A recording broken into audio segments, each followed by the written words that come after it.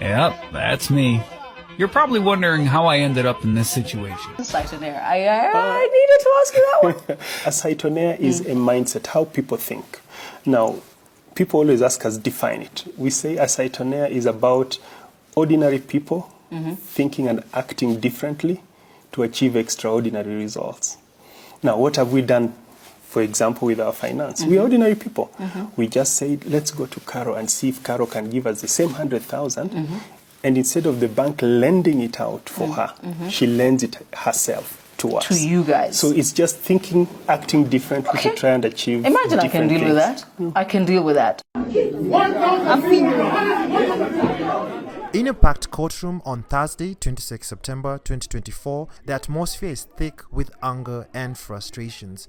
Investors, having lost billions in the Cytonn High Yield Fund, hurl insults at the man they once trusted, Edwin Dande, the CEO of Cytonn Investments. This was the man who promised them high returns, but now they're fighting just to recover a fraction of their hard-earned money. What went wrong at Cytonn Investments? Dande, once the corporate darling, had become a media favorite. He boldly claimed Cytonn Investment, especially the high yield fund, will deliver extraordinary results for its Cytonnaires, promising up to a 20% return. But today, his back is against the wall. The company, once heralded as a game changer, now faces legal battles and accusations of mismanagement. Investors are outraged, and the courts are their last resort.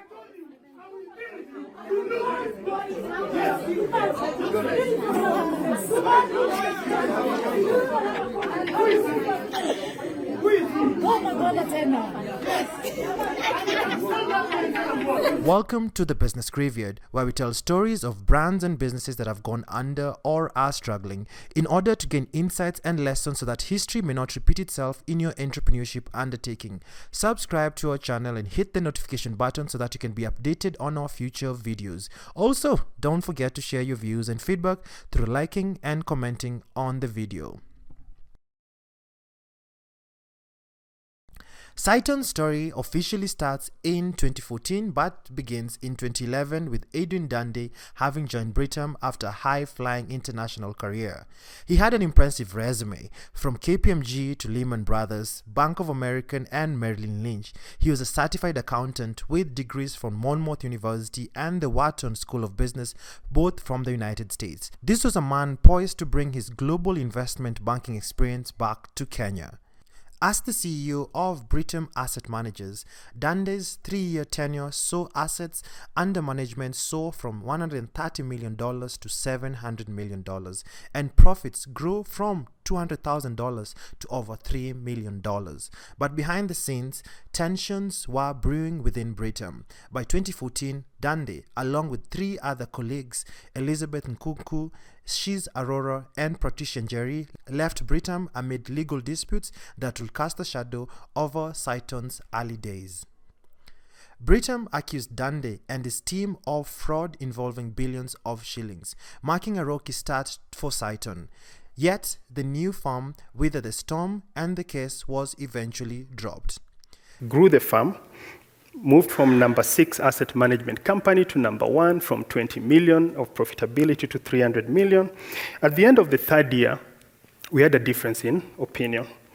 Perfectly reasonable people can disagree. So we said, to hell with this, we are going to get together as colleagues, myself, my colleague called Elizabeth, my colleague called Patricia, I think she's somewhere here, and then my colleague called Shiv. We get together, debate, form a name, form a company. September 12th, 2014, we start this company called Cytonn, and we start hustling for business.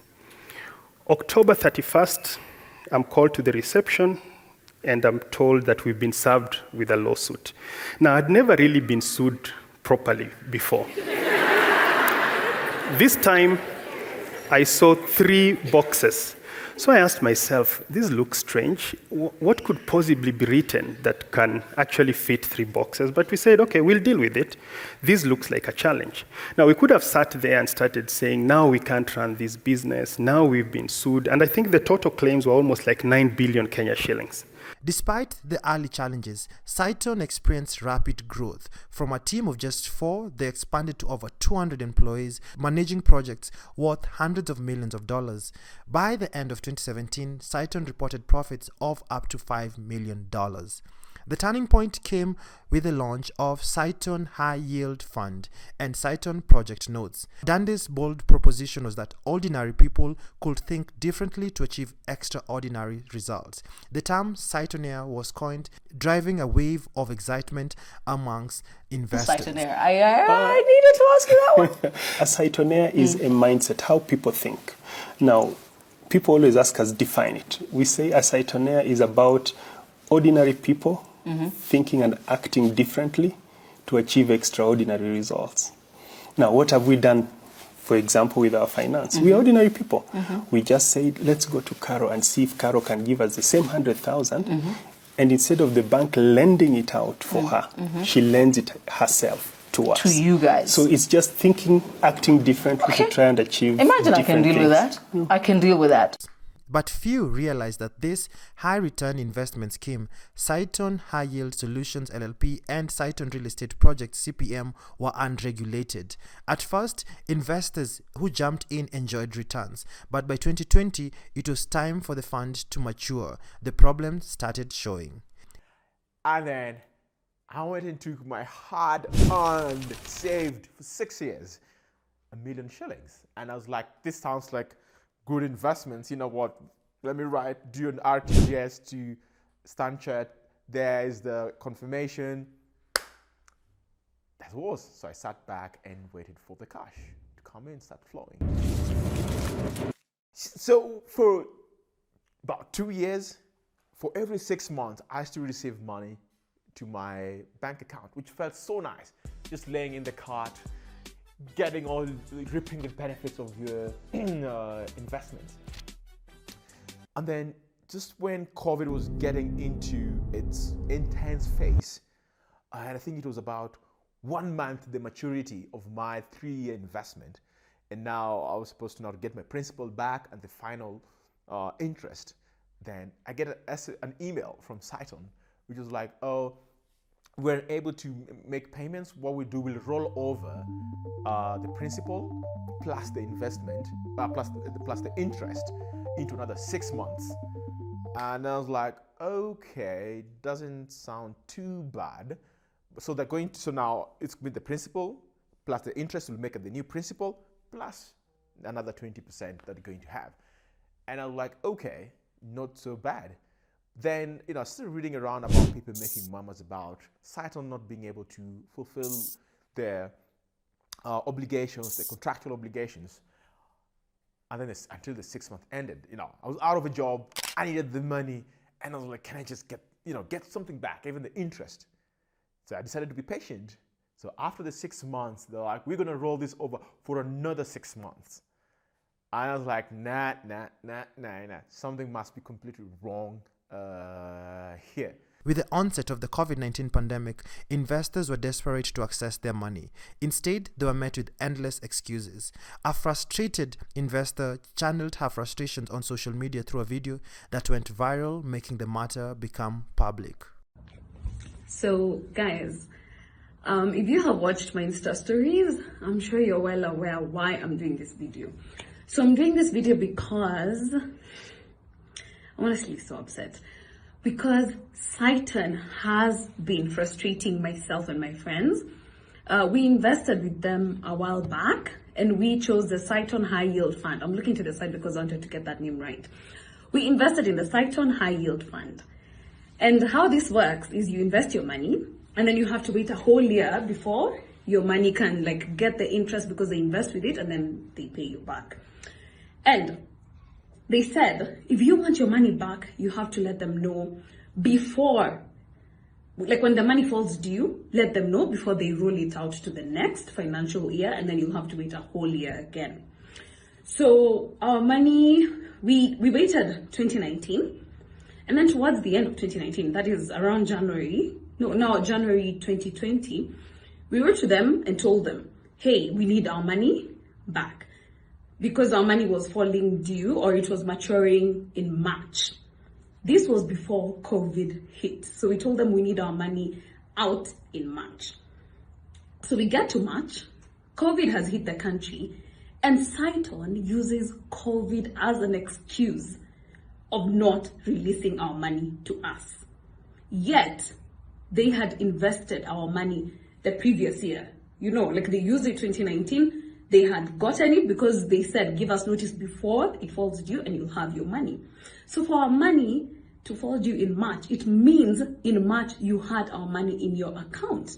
You know, because that's when you're meant to release it to us.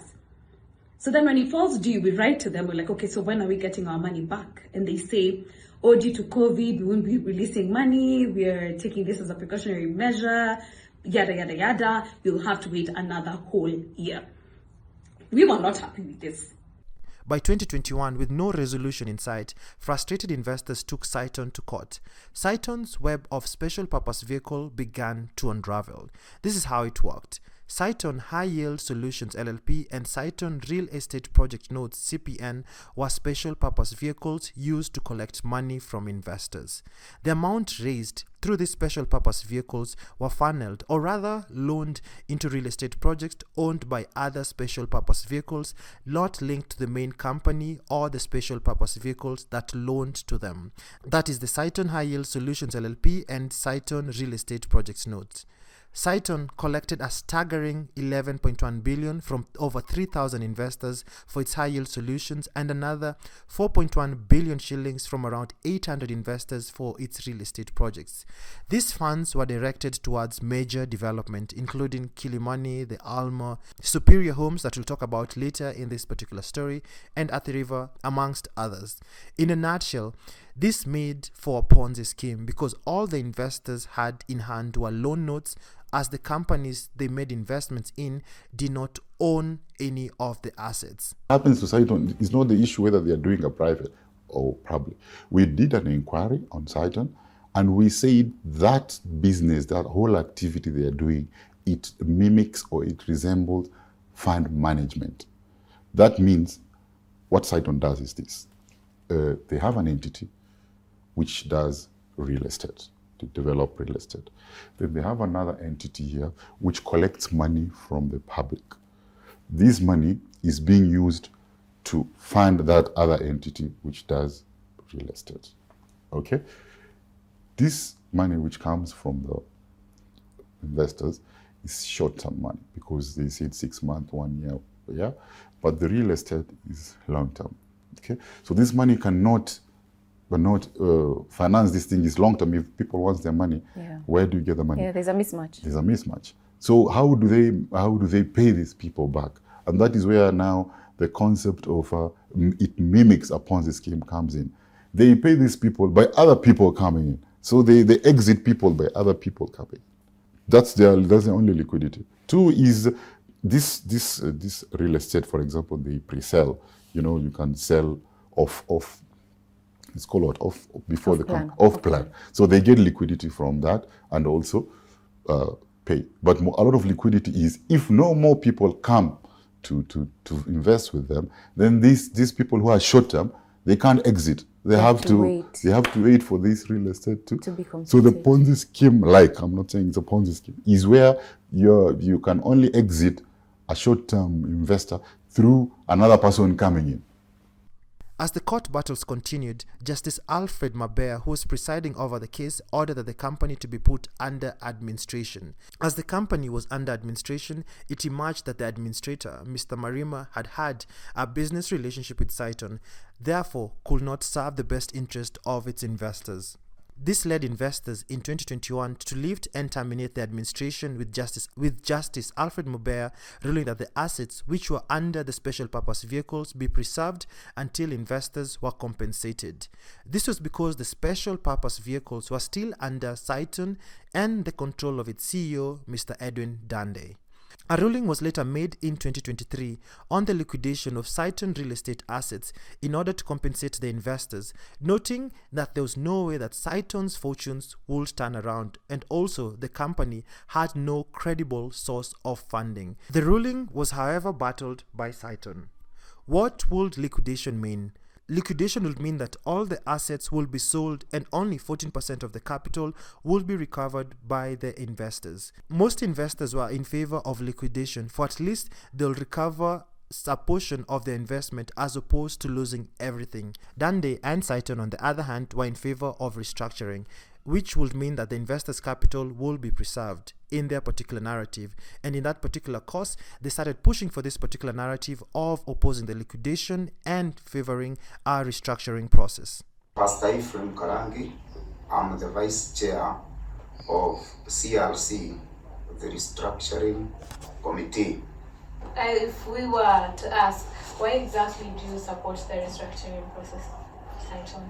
The main reason why I support the restructuring process, previously when this company was before the liquidator came in, was under the administrator.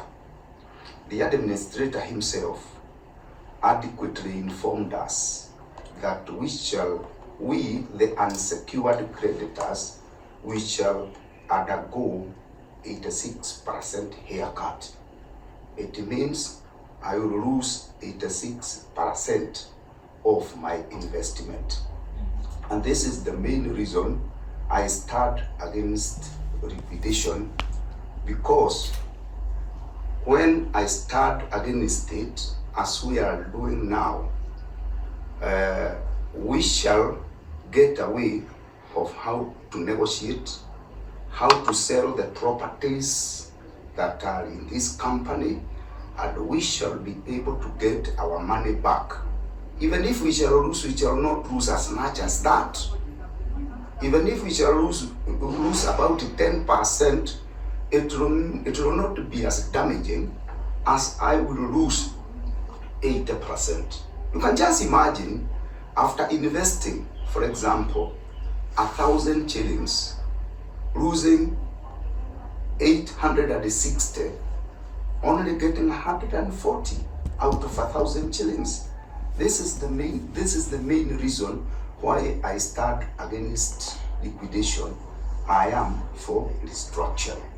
Restructuring promises me money. Liquidation promises me nothing.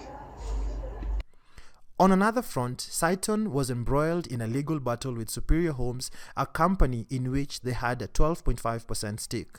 The value of this stake was now under threat, adding further complications to Cytonn and the fate of its investors receiving their return. And we put in money, we've put in management, and we've put in board time to develop that company. The last valuation I looked at was done right after COVID. That was 2021.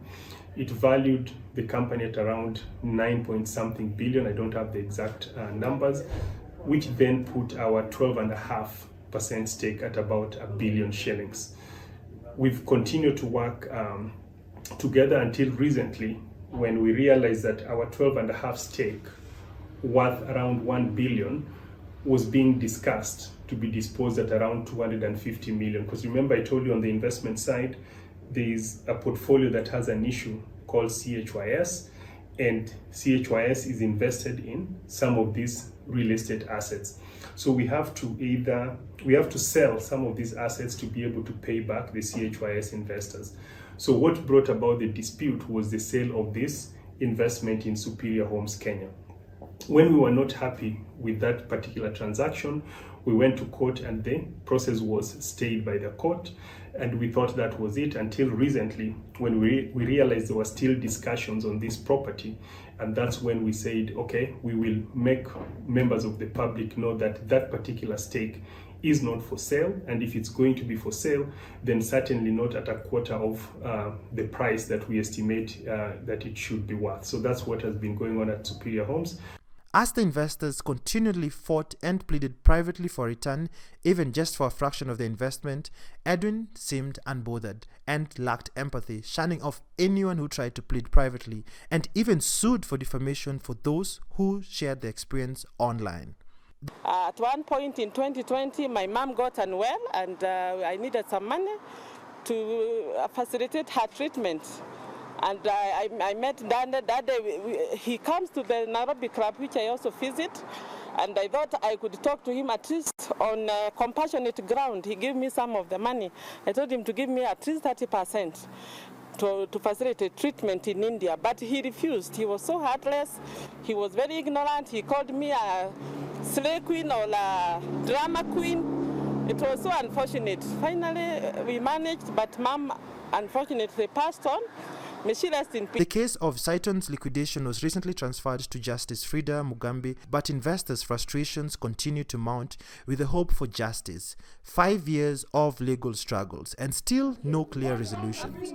Investors who had placed their trust in Cytonn vented their anger at Edwin Dande, the man they hold responsible for their losses during the recent hearing. Despite the frustrations and the anger from investors, Edwin still seems unbothered, updating the intrigues on social media and moving on with life as usual, posting as per normal. So what lessons can we learn from the intrigues of Cytonn Investment as an investor, also as a leader? 1. As an investor, always invest in regulated schemes. When a deal seems too good to be true, it often is. Take time to read investor fine print before making an investment. Diversify your investments. Don't put all your eggs in one basket because it will cause much harm when they break in that one basket that you so much trusted. Finally, research. Don't jump into any investment scheme without prior background check of the organization and its leader's reputation. As a leader, here are lessons we can learn from Cytonn and its leader, Edwin Dande. 1. Have your client's best interest. Cytonn exposed the investors for their own interest, having covered themselves through the special purpose vehicles. This is wrong. 2. Lead with empathy. It is evident through the story that Dande lacks empathy for its investors through his actions and statements despite having ruined their lives and caused a lot of distress. And finally, a ruined reputation can never be trusted. Once a reputation has been ruined, it becomes difficult to be trusted by the market ever again. As the legal battles continue, we wait to see whether liquidation or restructuring will prevail. One thing is clear, this story serves as a stark reminder to investors everywhere. High returns come with high risks. Stay tuned for more stories from the Business Graveyard, where we uncover the rise and fall of the world's most talked about companies. My name is Ian Dennis from the End Media Network. Remember to like, share, and subscribe for future videos. Most of you guys haven't really subscribed. And watch other stories that we've actually shared earlier, including why did Switch TV fall down, what is the drama within the Direct Line Insurance, and also what was the story behind the rise and fall of Mobius Motors.